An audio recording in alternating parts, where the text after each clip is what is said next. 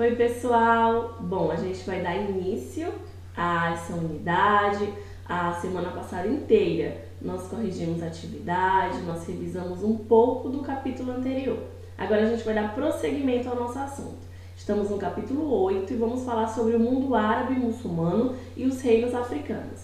A gente vai compreender nesse capítulo um pouco do surgimento do islamismo e dessa expansão até o norte da África. E a gente vai estudar um pouco da cultura africana, que é algo que é pouco falado, que não existe tantos registros, e a gente vai ver a proximidade disso com a nossa cultura brasileira.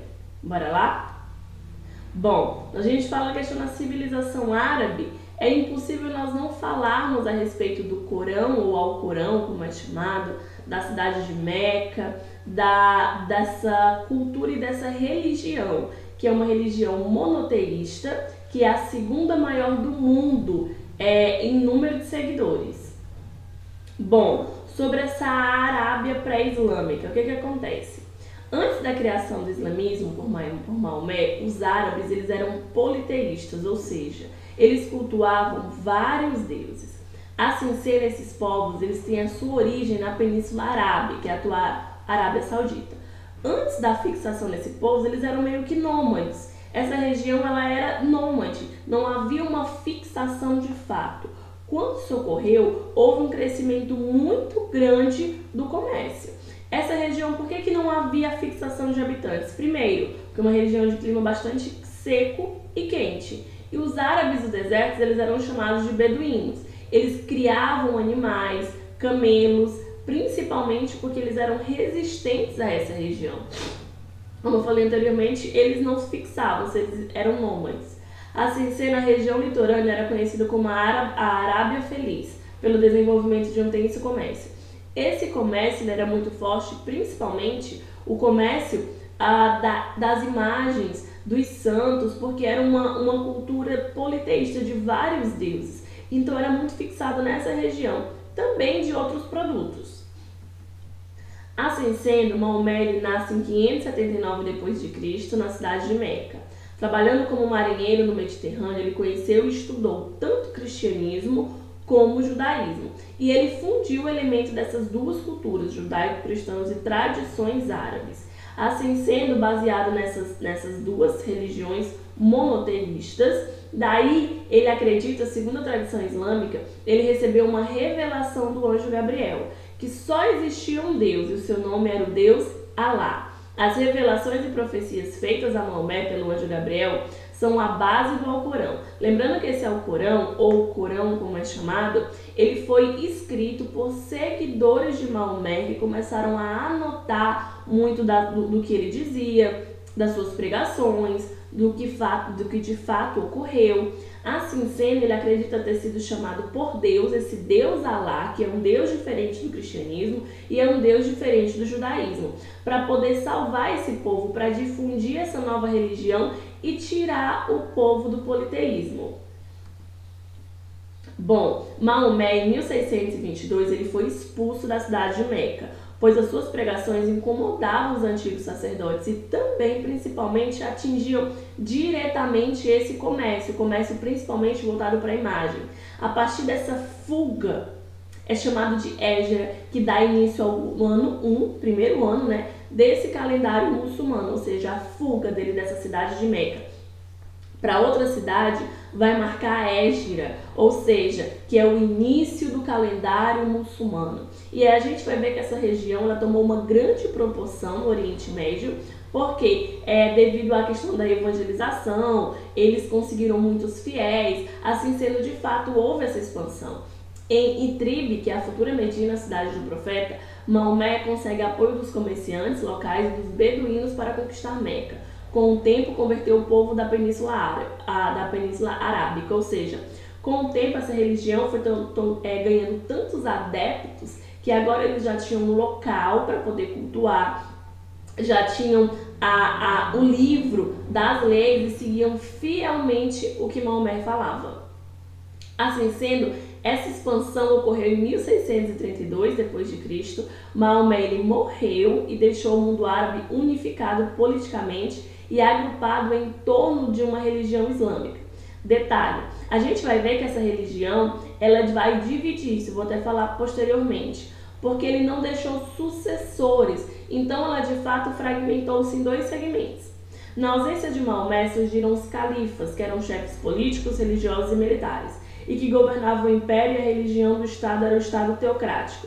A gente vai ver que o islamismo ele não é só uma religião, mas eles acreditavam que quem estava no poder, quem estava à frente era uma espécie de califa, de alguém iluminado, de alguém que tinha uma clara iluminação das escrituras, que era o Corão, e aí podia guiar o povo tanto nas decisões religiosas como nas decisões políticas. Estimulados pelo interesse em dominar as rotas comerciais, a gente vai ver o quanto que eles se expandiram, foram pela Pérsia, pela Síria, Palestina, e fortaleceram seu império cada vez mais, com um número maior de adeptos.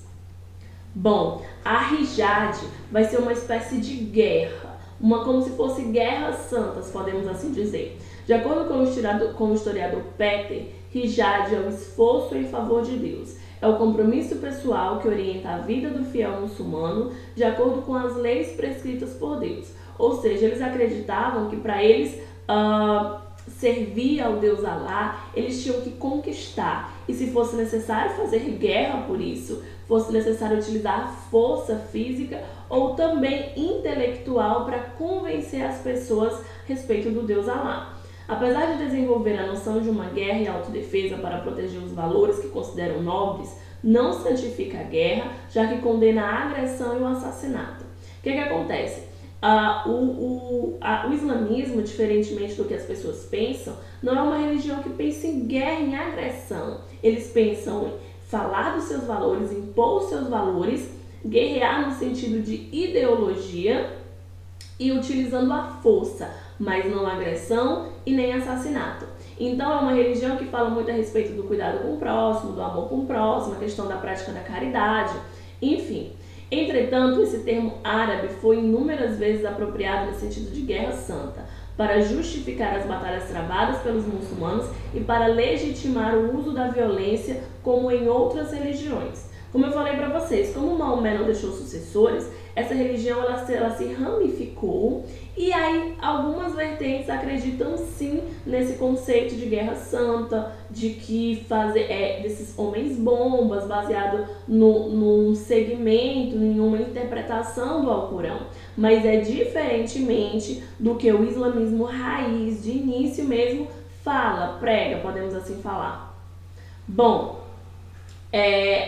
em 1711, os árabes eles vão cruzar o Estreito de Gibraltar, expandindo por terras espanholas. Foi o ponto máximo da expansão árabe. Eles tentaram ocupar a França, mas foram derrotados. Dentro do território espanhol, fundaram um reino autônomo chamado do Califado de Corbodat, onde mantinham contato com a cultura do Islã, com a Europa Ocidental cristã. O que acontece? Eles ficavam localizados ali no Oriente Médio. Então, eles se expandiram sim para a questão principalmente da Europa e depois foram para a África. Nessa região foi construída uma brilhante civilização. Vida muito próspera, os mouros convertiam os católicos e os judeus. É uma rica experiência nas artes, nas ciências, na filosofia, medicina e nos costumes em geral. Ou seja, a gente pode ver que essa religião ela não ficou somente na intervenção religiosa e política, mas nas artes, na cultura, no modo de vida, nas construções, na arquitetura, ok? Bom, o que acontece? Os árabes eles souberam aproveitar os conhecimentos adquiridos para melhorar a vida dos comerciantes e adaptar algumas das ideias estrangeiras, onde eles desenvolveram os hábitos e costumes bastante originais. No Oriente, conheceram instrumentos para observar e determinar a altura do astro, como a bússola e o astrolábio. Ou seja, quando eles se expandiram e foram principalmente para essa região asiática, onde houve o desenvolvimento da bússola, que foi fundamental lá no século XIV para a questão das grandes navegações. Eles aprenderam a utilizar o sistema numérico hindu, questão dos algarismos árabes. Eles aperfeiçoaram o uso do papel e da pólvora e o domínio da química permitiu a fabricação de inúmeros produtos farmacêuticos. Ou seja, essa cultura ela influenciou e se expandiu por toda essa região árabe, asiática e europeia, ok? Bom, mas aí houve conflitos internos? Sim, como eu falei para vocês. No islamismo também existiam esses conflitos. Com a morte de Maomé surgiram dois grupos. Por que surgiram esses dois grupos, professora? Porque Maomé não deixou herdeiros. Assim sendo, surgiu dois grupos, que eram os sunitas e os xiitas. Os sunitas, a maioria de muçulmanos, segundo eles, o sucessor do profeta poderia ser qualquer pessoa. Aí vem a questão do califa, que era um representante. Alguém que tivesse uma iluminação por Alá, que soubesse interpretar de maneira sábia o livro de Alcorão. Essa é a base dos sunitas. Tem também os xiitas, sim, eles são os mais radicais e são minorias. Segundo este grupo, o sucessor deveria ser um descendente de Maomé, deveria ser algum parente. Para eles deveriam seguir o Alcorão à risca, detalhe por detalhe, são muito conservadores e detalhe. Eles acreditavam que o sucessor, o novo líder, tinha que ser alguém que viesse da família, algum familiar, algum primo, algum tio, algum parente de Maomé. E essas disputas elas permanecem até hoje. No Oriente Médio tem os islâmicos, que eles são da vertente sunitas, e também tem os que são da vertente xiitas, ok? Bom, qual o motivo que desencadeou a desagregação do reino? Aqui a gente já vai entrar nessa expansão, desse crescimento do islamismo no norte da África, norte e nordeste da África. O declínio do Império Gana ainda não é totalmente conhecido, sendo que a versão mais popular é da invasão de povos muçulmanos. Atualmente ainda acredita-se que os almorávidas tenham um papel predominante na decadência de Gana. Mas hoje também é reconhecido o fato de desagregação desse grande império em vários outros reinos menores e as disputas internas como fatores determinantes de sua extinção. A gente vai ver que quando fala a respeito da cultura, do início da África, principalmente na região norte, vai se destacar três reinos que eu vou falar um pouco sobre eles daqui a pouco.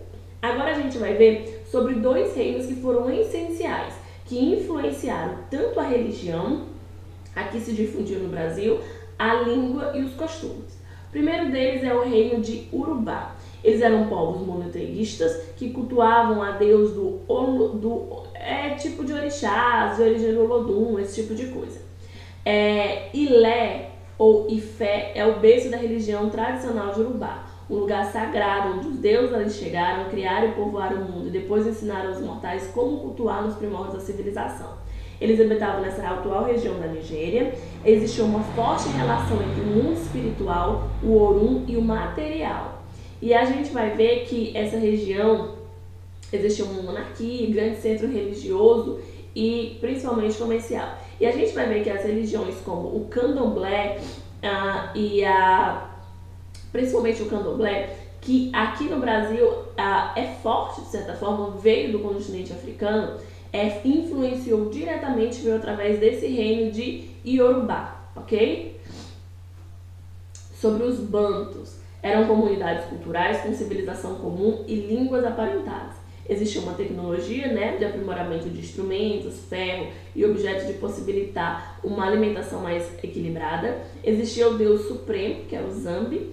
A cultura deles de línguas era o Kimbundo e o Kikongo. Segundo o maior contingente de africanos trazido ao Brasil, o povo possui sua própria organização, arte e visão. A capoeira, o candomblé de Angola são algumas das heranças desses povos para o Brasil. A gente sabe que algumas palavras da língua portuguesa, elas vão ter uma mistura e até mesmo uma origem no dialeto africano.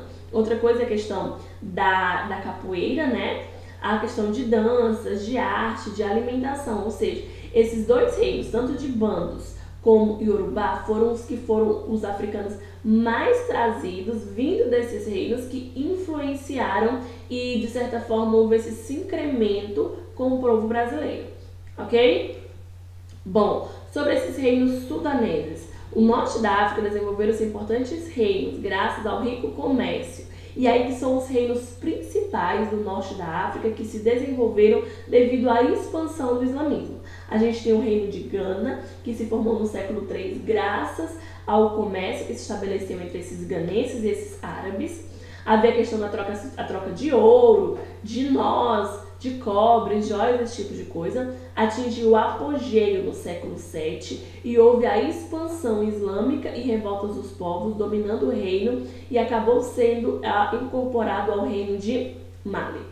Olha só o reino de Mali. Vai ter também um desenvolvimento no século VIII ao século XI.